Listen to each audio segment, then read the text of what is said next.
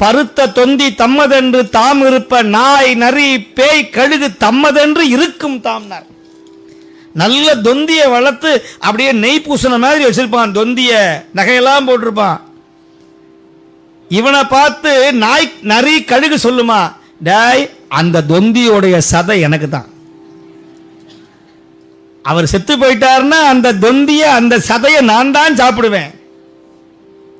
நம்ம எப்படி ஆடை வளர்த்தும் போது அது எனக்கு அது எனக்குங்கிறான்.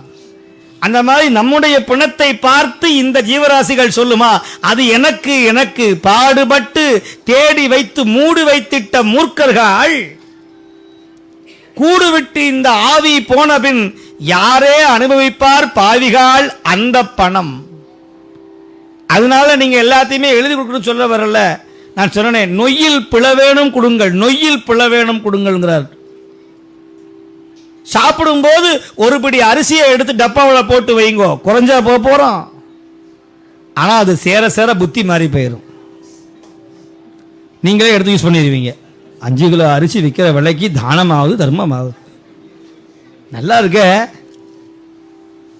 அதனால கொஞ்சமா சேரும் போது கண்ணில் பார்க்காம மனசு மாறிடும். அதனால கர்ணன் வலது கையில தானம் கொடுத்தவன் திடீர்னு இடது கையில கொடுத்தா உடனே கேட்டான், யாரு அங்க இருக்கிற சாஸ்திரம் படிச்சவன் கேட்டான், கிருபர் கேட்டான், கர்ணா இடது கையில கொடுக்காதரா, புண்ணியம் இல்லடா.